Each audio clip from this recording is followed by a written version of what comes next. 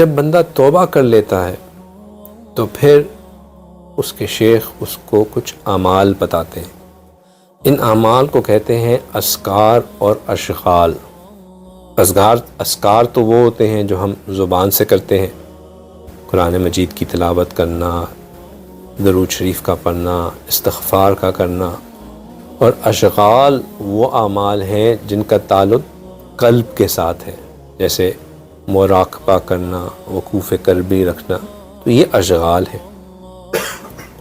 اللہ سبحانہ تعالیٰ کو یہ بات پسند ہے کہ اب بندے نے جب توبہ کر لی اور اس کو اعمال اسائن ہو گئے تو وہ ان اعمال اور اشغال پہ پابندی دکھائے، استقامت کے ساتھ چلے. اچھا سالک وہی ہے جو ان معمولات میں ناغہ نہ ہونے دے. کوئی بات جو میں نے شروع میں کہی کہ اللہ تعالیٰ اس بات پہ تو بہت خوش ہوں گے کہ میں نے بندے کو توفیق دی اور اس بندے نے دل لگا کے پہلے 10 دن میں محنت کی، لیکن پہلے 10 دن ختم ہو جانے کے بعد نہ تو اللہ نعوذ باللہ کے گئے، نہ ہی ہماری اللہ کے ساتھ بندگی کا تعلق ختم ہوا. تو جتنی ہم نے بندگی ان پہلے 10 دنوں میں دکھانی تھی اتنی ہی بندگی ہم نے اب بھی دکھانی.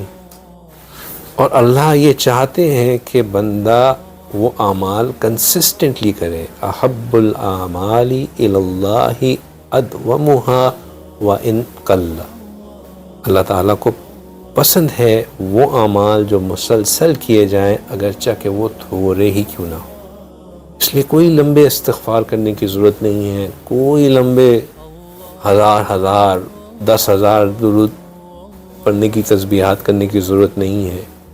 سمپل بیسک اعمال، 100 استغفار صبح، 100 استغفار شام، 100 درود شریف صبح، 100 درود شریف شام. قرآن جتنا زیادہ پڑھ سکتے ہیں، جتنی استقامت کے ساتھ پڑھ سکتے ہیں پڑھیں، لیکن ضرور پڑھیں، ناغہ نہ ہونے دیں.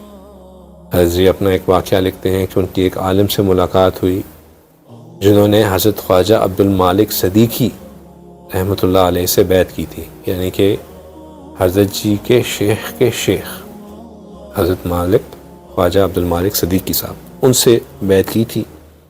تو فرماتے ہیں کہ ان عالم صاحب نے بتایا کہ ان کو بیعت کیے ہوئے تقریباً 43 سال ہو چکے تھے. کتنا ہوتا ہے 43؟ 43 ایئرز ہو چکے تھے. کہتے ہیں کہ ان 43 ایئرز میں میں نے قرآن مجید کا ایک پارہ پڑھنے میں کبھی، روزانہ ایک پارہ پڑھنے میں کبھی ناغہ نہیں ہونے دیا. تو یہ استقامت ہے جس کے ساتھ وہ اس پہ عمل کرتے تھے، اور یہی استقامت پھر اللہ سبحانہ تعالیٰ کو پسند ہے.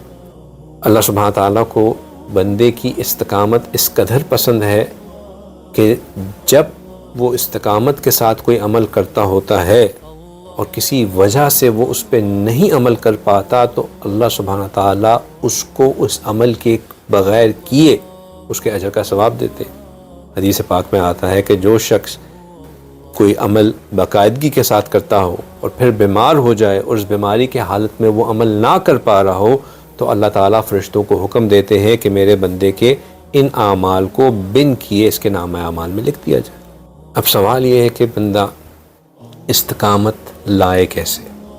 یہ استقامت کیسے بندے کے اندر آئے؟ کہ اہم سوال ہے.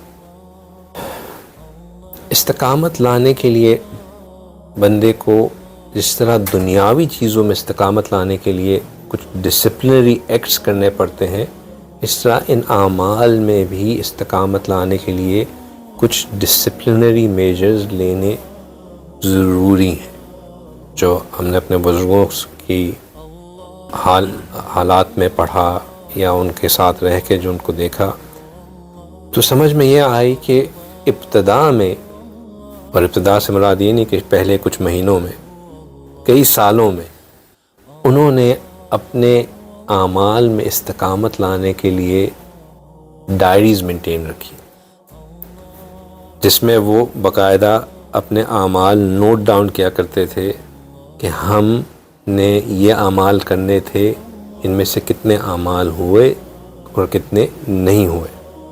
نہ ہونے کا تو سوال ہی نہیں ہوتا تھا، کیونکہ وہ اس بات کو گوارا ہی نہیں کرتے تھے کہ ان کی ڈائری میں کہیں پہ کراس آئے، مسڈ آؤٹ آئے، ریڈ کلر آئے کہ یہ چیز مس ہو گئی۔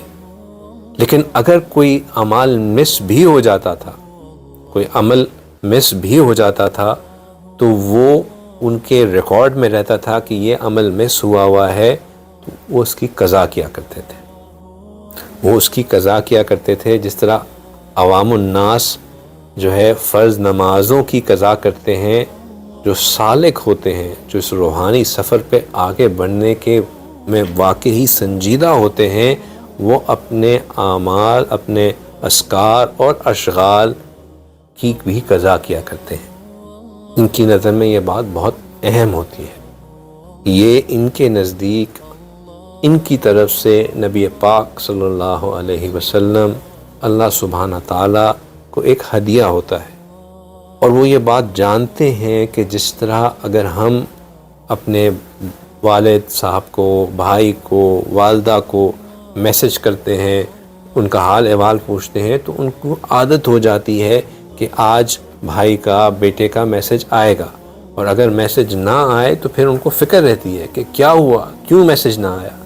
تو یہ میں جو روز اللہ کا ذکر کرتا ہوں، نبی پاک صلی اللہ علیہ وسلم پہ درود بھیجتا ہوں، یہ میری طرف سے ان کو ایک ہدیہ ہے، اور میرا ناغہ ان کو انتظار میں رہے گا کہ اس بندے کی طرف سے یہ کیوں نہیں آیا، لہٰذا وہ اس کو اپنے اوپر فرض واجب کر کے اس کو پورا کیا کرتے ہیں۔